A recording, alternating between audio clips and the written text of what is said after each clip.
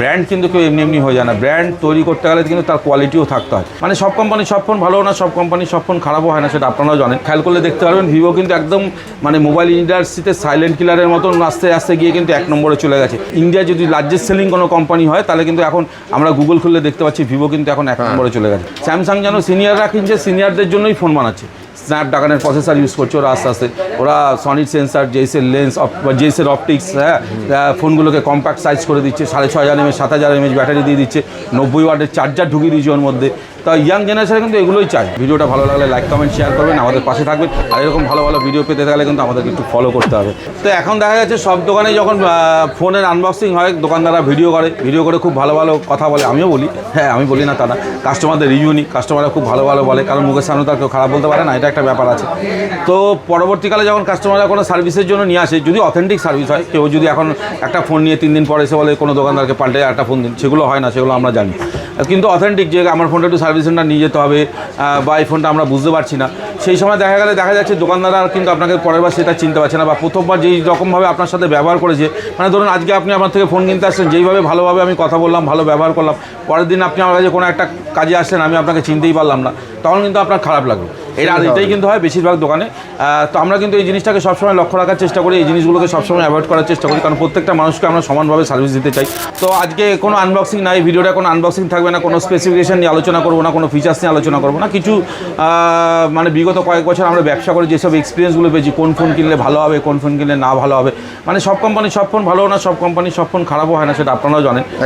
তো আমরা দেখছি এই মুহূর্তে যদি হার্ডওয়্যার বা সফটওয়্যার দিক দিয়ে দেখি, সত্যি কথা বলতে গেলে অ্যাপেলের ধারের কাছে কেউ নেই। অ্যাপেল একটা ফোন কিনলে কিন্তু মানুষ নিশ্চিন্তে 4-5 বছর অবধি চালাতে পারছে, সেই কারণে কিন্তু অ্যাপেলের ব্র্যান্ড ভ্যালু এত বেশি। অনেকে বলে না অ্যাপেল শুধু ব্র্যান্ডের জন্যই কেনে, ব্র্যান্ড কিন্তু কেউ এমনি এমনি হয়ে যায় না, ব্র্যান্ড তৈরি করতে গেলে কিন্তু তার কোয়ালিটিও থাকতে হয়। আজকে দেখবেন আমাদের এখানে এত লোক ফোন কিনতে আসে, তো এমনি এমনি আসে, খালি ভিডিও করছি বলেই লোক আসে, বা লোকের সঙ্গে মিষ্টি মিষ্টি কথা বললেই লোক আসবে, তার জন্য কিছু কিন্তু কোয়ালিটি থাকতে হয়। মানুষকে ফিচার মানে বেশি পরিমাণে ডিসকাউন্ট দিতে হয়, তাদেরকে বেশি উপহার দিতে হয়, তবেই কিন্তু মানুষ আসে আমাদের কাছে, মানুষকে ভালো সার্ভিস দিতে হয়, যেটা একটু আগে আমরা বলছিলাম। তো এরকমই ব্যাপার। তো অ্যাপেলের কথা বললাম, ব্র্যান্ড ভ্যালু এইভাবেই তৈরি হয়, ব্র্যান্ড অনেক ভালো, হাই ভ্যালু। একটা ফোন কিনলে 5-6 বছর মানে হ্যাং ল্যাক করছে অ্যাপেলের ফোনে, এরকম দেখাই যায় না। তো তারপর যদি আমি আসি, যেই কোম্পানিটা যেটা দীর্ঘদিন ধরে মোবাইলটা বিজনেস করছে, মানে অ্যাপেলের থেকেও হয়তো আগে আমাদের ইন্ডিয়ার মানে হাতে হাতে যার কাছে মোবাইল পেয়ে, মানে যাদের মোবাইল যেই সব কোম্পানির মোবাইলগুলো গেছিলো, তার মধ্যে নোকিয়া ছিল, বাট নোকিয়া এখন আর নেই মার্কেটে, তাই নোকিয়া নিয়ে আর বেশি কথা বলছি না। তার পাশাপাশি কিন্তু আরেকটা কোম্পানি এসেছে, যেটা হচ্ছে স্যামসাং। তো স্যামসাংয়ের ফোন নিয়ে একটু বলবো। স্যামসাংয়ের ফোন কিন্তু ইয়াং জেনারেশন যে খুব একটা বেশি কিনছে সেটা বলবো না, ইয়াং জেনারেশনে একটুখানি বুড়ু কুচকানি আছে স্যামসাংয়ের ফোনে। কারণটা হচ্ছে এইখানে যে স্যামসাংয়ের ফোন কিন্তু দেখবেন লংজিভিটি অনেক বেশি হয়, কিন্তু স্যামসাংয়ের ফোনে কী হচ্ছে যে গেম খেলার ক্ষেত্রে কিন্তু দেখা যাচ্ছে যে ওদের ফোনগুলো মিড রেঞ্জের ফোনগুলো বেসিক্যালি তাদের কিন্তু পারফরমেন্স ঠিকভাবে করছে না, যেগুলো মানে অন্য কোনো ফোনে যেভাবে পারফর্ম করছে। তো কী হচ্ছে, ইয়াং জেনারেশন কী করে, ইয়াং জেনারেশন কিন্তু লংজিভিটি চিন্তা নেই। আজকে যারা নিজেরা কাজকর্ম করে, নিজেরা মানে টাকা দিয়ে নিজেরা ফোন কেনে, রাগ করবেন না গো, তো তাদের দেখবেন লংজিভিটির দিক দিয়ে একটুখানি বেশি চিন্তা থাকে, যে আমি একটা ফোন কিনবো 5-6 বছর যেন চলে। আজকে যদি আমার ছেলে বা আপনার ছেলেরা যখন ফোন কিনবে, ওরা কিন্তু কোম্পানি মানে যেটা ভালো ফিচার্স সেটা বেশি চলুক খারাপ চলুক ওদের দেখার দরকার নেই, ওরা সেই কোম্পানির ফোনটাই কেনে। মানে অনেক আননোন কোম্পানির ফোনও দেখি ইয়াং জেনারেশন এসে খুঁজে বেড়ায়, কিন্তু আমি কিন্তু সেটা শর্ট করে সাহস করতে পারবো না। তো সেক্ষেত্রে স্যামসাংয়ের ফোনের কথা বলেই দিলাম আমি, যে মেন জিনিসটা কী আছে আপনারাও জানেন, গেম টাইম খেললে একটু হ্যাং ল্যাক করে, কিন্তু আপনি দেখবেন লংজিভিটি কিন্তু স্যামসাংয়ের ফোনে অনেক থাকে। একটা মিড রেঞ্জের ফোনও কিন্তু 6-7 বছর, এখন তো 6 বছরের সফটওয়্যার আপডেটের গ্যারান্টি কোম্পানি দিচ্ছে, সিকিউরিটি আপডেট দিচ্ছে 6 বছর, তো মোটামুটি 6 বছর সার্ভিসও কিন্তু খুব ভালো। স্যামসাংয়ের সার্ভিসও কিন্তু সব অথরাইজ সার্ভিস সেন্টার আছে, কিন্তু লোকাল ব্র্যান্ডগুলো দেখবেন একটা সার্ভিস সেন্টারে যাবেন, দেখবেন 5-6টা কোম্পানিকে নিয়ে সার্ভিস করছে, কিন্তু স্যামসাংয়ের ক্ষেত্রে যাবেন আপনি ওদের সব কটা অথরাইজ সার্ভিস সেন্টার আলাদা আলাদা থাকে, মানে স্যামসাংয়ে খালি স্যামসাংয়েরই কাজ হয়, প্রত্যেক কটার জন্য অথরাইজ সার্ভিস সেন্টার থাকে। তো এই জিনিসটা স্যামসাংয়ের ক্ষেত্রে খুব ভালো। আর যদি আমি দেখি ভিভো এখন হয়ে গেছে সাইলেন্ট কিলার, মানে ইয়াং জেনারেশনকে টার্গেট করে ওরা প্রত্যেক কটা ফোন বানাচ্ছে। দেখুন এখন V70 চলে এসেছে, ওদের মধ্যে কিন্তু সনি সেন্সার, জেইসের মানে অপটিক্স, ডিজাইন এত কম্প্যাক্ট ডিজাইন, 6500 mAh ব্যাটারি, স্ন্যাপড্রাগনের প্রসেসর, যেইগুলো ইয়াং জেনারেশন চায়।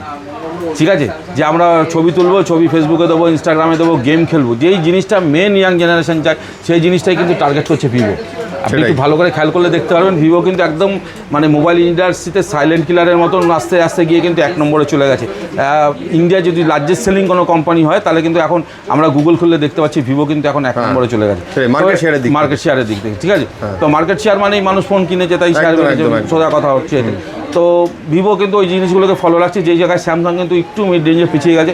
স্যামসাং যেন সিনিয়ররা কিনছে, সিনিয়রদের জন্যই ফোন বানাচ্ছে, এরকম একটা ব্যাপার আমি দেখতে পাচ্ছি। তো ভিভোর ক্ষেত্রে এটা না, ভিভো কিন্তু ইয়াং জেনারেশনকে টার্গেট করছে এবং ইয়াং জেনারেশনের ফোনে যেই পারফর্মগুলো করার জন্য দরকার সেইগুলোই কিন্তু ভিভোর ফোনে রয়েছে। আবারও বলছি, স্ন্যাপড্রাগনের প্রসেসর ইউজ করছে ওরা আস্তে আস্তে, ওরা সনির সেন্সার, জেইসের লেন্স বা জেইসের অপটিক্স, হ্যাঁ, ফোনগুলোকে কম্প্যাক্ট সাইজ করে দিচ্ছে, 6500 mAh 7000 mAh ব্যাটারি দিয়ে দিচ্ছে, 90 ওয়াটের চার্জার ঢুকিয়ে দিচ্ছে ওর মধ্যে। তা ইয়াং জেনারেশন কিন্তু এগুলোই চাই, আবারও বলছি। তো এবার চলে আসি, বাদ বাকি রয়েছে মার্কেটের ডিমান্ড। যদি আমি ওপোর দেখি, ওপোর ফোন দেখুন আগে চলতো, মাঝখানে কোনো ফোন খুব একটা কোম্পানির হেলদোল ছিল না। তো এখন ওদের আবার নতুন কিছু ফোন আসছে, কাস্টমাররা কিনছে। মাঝখানে ওদের 1-1.5 বছর পর কাস্টমারের ধারণা ছিল যে ক্যামেরা তো ওদের কিছু ইস্যুস চলে আসছে, হ্যাঁ। তো এখন আবার ওপোর ফোন আসছে, কাস্টমাররা চাইছে, মোটামুটি ঠিকঠাক পজিশনে একটা আছে ওপোর ফোন। আর যদি রেডমি দেখি, ওরা সবসময় যে কম দামে অনেক ভালো ভালো জিনিস দেওয়ার চেষ্টা করে। এখনও দেখবেন মার্কেটে 15C 12,000 টাকার ফোন বিক্রি হচ্ছে, অন্য কোম্পানির 5G ফোন কিন্তু নেই। তো রেডমির ফোনও তো বলবো, কিন্তু রেডমির ফোনও কিন্তু পরবর্তীকালে 1-1.5 বছর পর কোনো সফটওয়্যার ইস্যু, ক্যামেরা ডেড হয়ে যাওয়া, ক্যামেরা খুললে ফোন রিস্টার্ট হয়ে যাওয়া, এগুলো কিন্তু আপনারা দেখতে পারবেন। অনেকের ফোনই হয়তো এরকম আছে। OnePlus কেমন তাহলে? এটা ইস্যু কিন্তু রেডমির ফোনও আছে। সেক্ষেত্রে মোটোরোলারও একটু মোটোরোলার ব্যাপার, এখনও কিন্তু মোটোরোলার ফোন ইয়াং জেনারেশন খুব চাইছে। মোটোরোলার ফোনের ক্ষেত্রে কিন্তু একটা প্রবলেম আছে, যেটা আমি অস্বীকার করবো না। মোটোরোলার ফোনও কিন্তু আপনারা দেখবেন যে কিছু নেটওয়ার্কের প্রবলেম কিন্তু আমরা দেখতে পাই, কিছু কিছু মডেলে কাস্টমারের কমপ্লেন থাকে, নেটওয়ার্ক ইস্যু কিন্তু একটু আছে। আর যদি তুমি OnePlus-এর কথা বলো, OnePlus দেখো একটা সবসময় একটা প্রিমিয়াম ফোনের মধ্যে ছিল। আজকে অ্যাপেলের পরে কিন্তু একটা OnePlus-এর মধ্যে আমাদের যে মানে ছিল, হ্যাঁ, পশ্চিমবঙ্গে আমি দেখেছি, আমি বাইরে কি আছে জানি না, OnePlus-এর কিন্তু একটা ব্র্যান্ড ভ্যালু ছিল। OnePlus-এর ব্র্যান্ড ভ্যালুটা ওরা নিজেরাই প্রথমে নষ্ট করে ফেলেছিল, যদি গ্রিন লাইন ইস্যুটা ছিল। তো গ্রিন লাইন ইস্যু আসার পর তো কিন্তু OnePlus কিন্তু এখন লাইফ টাইম রিপ্লেসমেন্ট দিচ্ছে। লাইফ টাইম রিপ্লেসমেন্ট দিচ্ছে মানে আপনার সারা জীবনের মধ্যে কখনো যদি ফোনে কোনো ডিসপ্লেতে লাইন চলে আসে, তো সেটা কিন্তু OnePlus বিনা পয়সায় আপনাকে পাল্টে দিয়ে দেবে, যদি ফোনে কোনো দাগ বা ভাঙাচোরা না থাকে।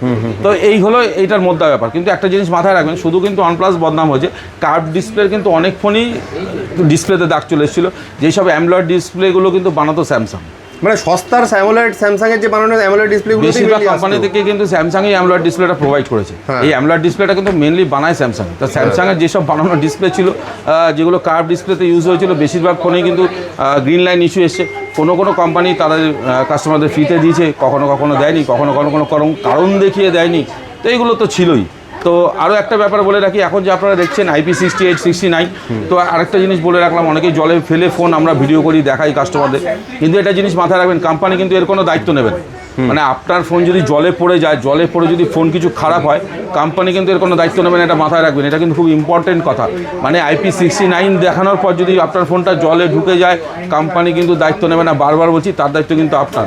ওইটা একটা ফিচার্স আছে, কিন্তু কোনো রকম জল ঢুকে গেলে সেই রেসপন্সিবিলিটি কিন্তু আপনাকেই নিতে হবে বলে, ঠিক আছে?